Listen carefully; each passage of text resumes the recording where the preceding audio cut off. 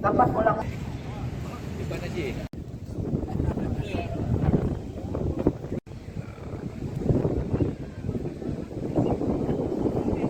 Rasanya sangat menyentuh hati ya.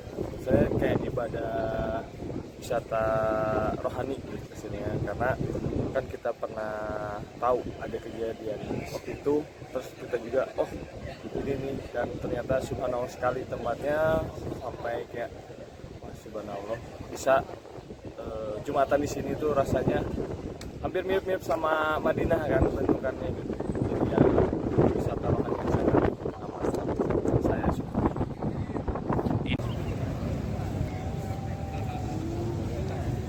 Kita kesini ikut sholat Jumat di Masjid Raya Baitur Rahman.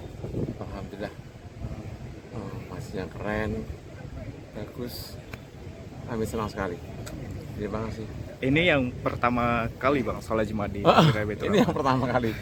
Pertama kali saya sholat di sini. Kebetulan juga pas ada kegiatan pun juga. Kalau nggak ada kegiatan pun ya nggak tahu.